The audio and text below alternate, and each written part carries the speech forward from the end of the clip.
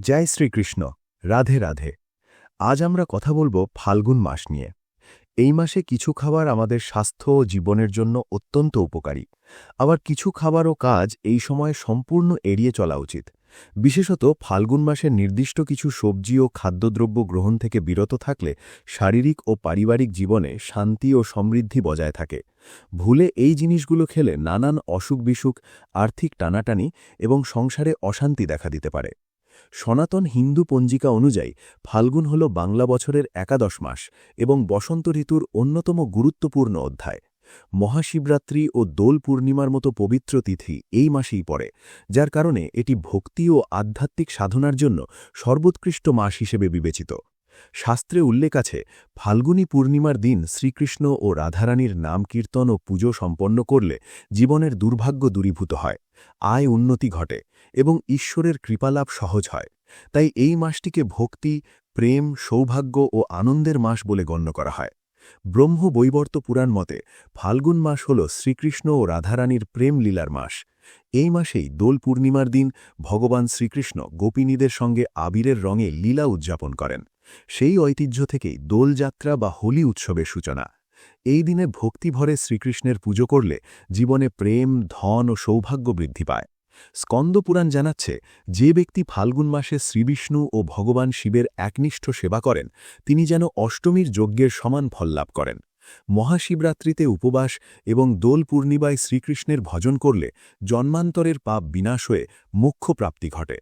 পদ্মপুরাণেও বলা হয়েছে, পবিত্র ফাল্গুন মাসে দান, গঙ্গাস্নান, জপ, তপ, ধ্যান ও ব্রত পালন করলে ব্যক্তির কপাল থেকে দুর্ভাগ্য কেটে যায় এবং জীবনে অপার সুখ ও সমৃদ্ধি আসে। ভবিষ্যৎ পুরাণে উল্লেখ রয়েছে, ফাল্গুনী পূর্ণিমার দিন শ্রীকৃষ্ণের আরাধনা, উপবাস ও দান করলে লক্ষ যজ্ঞের সমতুল্য পুণ্য অর্জন হয়।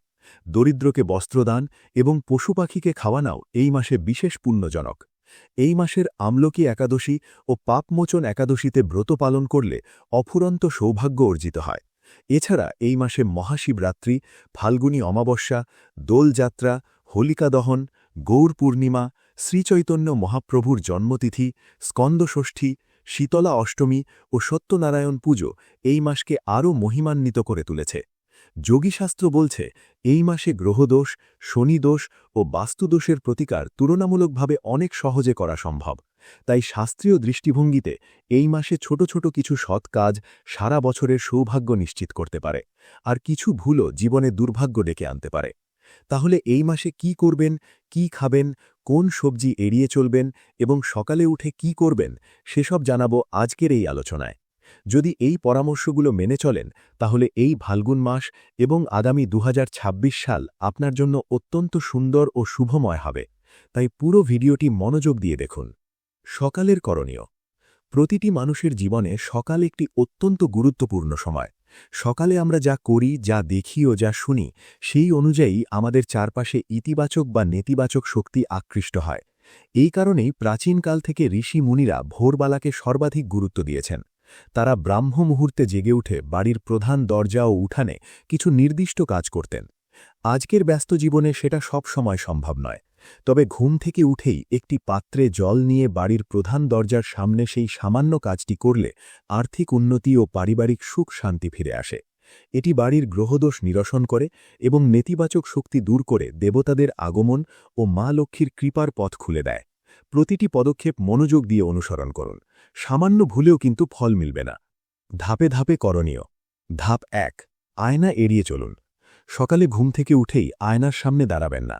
সারা রাত আয়না বাড়ির নেতিবাচক শক্তি শুষে নেয়। ভোরে আয়নার সামনে গেলে সেই শক্তি আপনার উপর প্রতিফলিত হয়, যার ফলে মেজাজ বিগড়ে যায়, মনোযোগ ব্যাহত হয় এবং সৌভাগ্য দূরে সরে যায়। ধাপ 2, জলের প্রক্রিয়া। রাতে একটি পাত্রে জল ভরে ডাইনিং রুমে বা দরজার কাছে রেখে দিন। সকালে সেই জল নিয়ে বাড়ির প্রধান দরজার ভেতর থেকে বাইরের দিকে মুখ করে ডানে ও বামে ছিটিয়ে দিন। এই নিয়মিত অভ্যাস গ্রহদোষ কাটে এবং মা লক্ষ্মীর আশীর্বাদ বাড়িতে আসে। ধাপ 3, হলুদ জলে ঝাড়ু। শনি ও রবিবার ঝাড়ু দেওয়ার আগে ঘটি ভর্তি জলে সামান্য হলুদ মিশিয়ে সেই জল বাড়ির সামনে ঢেলে দিন, তারপর ঝাড়ু দিন। এতে অন্যের পাঠানো নেতিবাচক শক্তি ফিরে যায় এবং বাড়ির পরিবেশ পবিত্র থাকে। ধাপ 4, প্রিয়জনের জন্য জল রাখুন। পরিবারের কেউ ভ্রমণে গেলে বা বাইরে কাজে গেলে তার নামে একটি পাত্রে জল ভরে রাখুন। সে ফিরে আসার পর দিন সেই জল কোনো গাছের গোড়ায় ঢেলে দিন। এটি পারিবারিক বন্ধন মজবুত রাখে এবং নেতিবাচক প্রভাব থেকে সুরক্ষা দেয়। ধাপ ৫। মন্ত্র জলের প্রক্রিয়া। মঙ্গলবার ও শনিবার স্নানের পর একটি আসনে বসুন। একটি পাত্রে জল নিয়ে হনুমান চল্লিশা, দুর্গা চল্লিশা বা মহামৃত্যুঞ্জয় মন্ত্র পাঠ করে ৩ বার ফু দিন। তারপর ময়ূরের পালকের সাহায্যে সেই জল ঘরের চারদিকে ছিটিয়ে দিন। প্রতিদিন করতে পারলে সর্বোত্তম, না পারলে অন্তত শনি ও মঙ্গলবার এই অভ্যাস বজায় রাখুন। যে মন্ত্র শুরু করবেন সেটিই প্রতিদিন পাঠ করুন, মাঝপথে বদলাবেন না। ফাল্গুন মাসে কি করবেন, কি খাবেন? ১.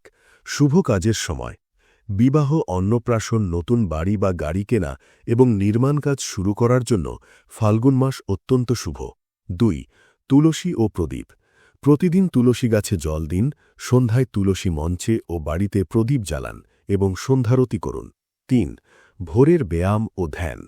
এই মাসে ভোরে উঠে প্রাণায়াম, ব্যায়াম বা ধ্যান করলে শরীর ও মন দুটোই সুস্থ থাকে। ভোরে ভগবানের নাম স্মরণ ও ধ্যান করলে বিশেষ আশীর্বাদ প্রাপ্তি হয়। ৪. স্নানে প্রাকৃতিক উপাদান। এই মাসে স্নানের জলে সামান্য নিম পাতা বা হলুদ মিশিয়ে নিন। শরীরে নিম, হলুদ বা চন্দনের ব্যবহার এই সময়ে বিশেষ উপকারী। ৫. সহজপাচ্য ও পুষ্টিকর খাবার। এই মাসে সহজে হজম হয় এমন পুষ্টিকর খাবার খান। সজনে ফুল বা সজনে পাতা খাদ্য তালিকায় রাখুন। ব্রতের সময় কলা, পেঁপে, লেবু, আঙুর, ডাবের জল, সাবুদানা, সেমাই বা চালের পায়েস, পটলের তরকারি ও আলুর সবজি খেতে পারেন। ৬. পরিমিত বিশ্রাম ও পরিশ্রম। দিনে দীর্ঘ সময় ঘুমাবেন না। সকাল ও বিকেলে হাঁটার অভ্যাস রাখুন। অতিরিক্ত তেল, মশলা ও ভাজাপোড়া খাবার এই মাসে পরিহার করুন।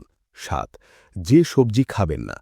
এই মাসে কচু, মাশরুম ও বেত শাক খাওয়া থেকে বিরত থাকুন।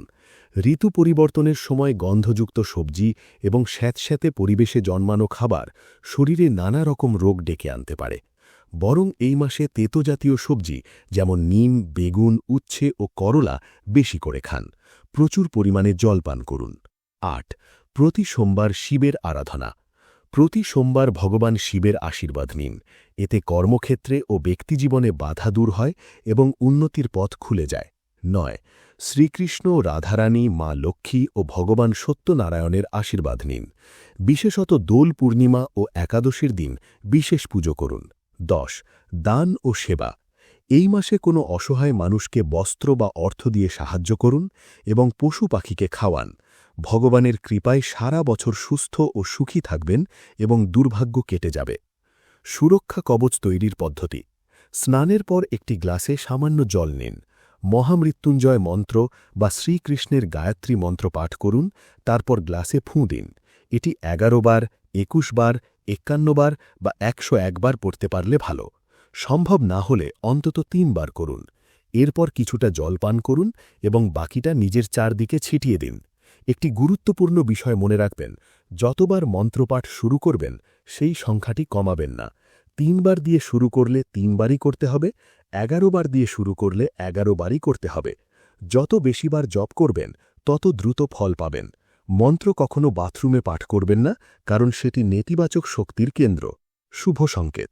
বাড়িতে কুকুর, বিড়াল, গরু বা হনুমানের বারবার আসা ইতিবাচক শক্তির চিহ্ন। চড়ুই পাখির বাসা বাঁধা বা বাড়িতে বাচ্চার জন্ম হওয়া মা লক্ষ্মীর আগমনের সূচনা। ভোর ৩টে থেকে ৫টার মধ্যে ঘুম ভাঙা মানে আপনি ভাগ্যবান। এই সময় দেব-দেবীরা আপনার বাড়িতে আসেন।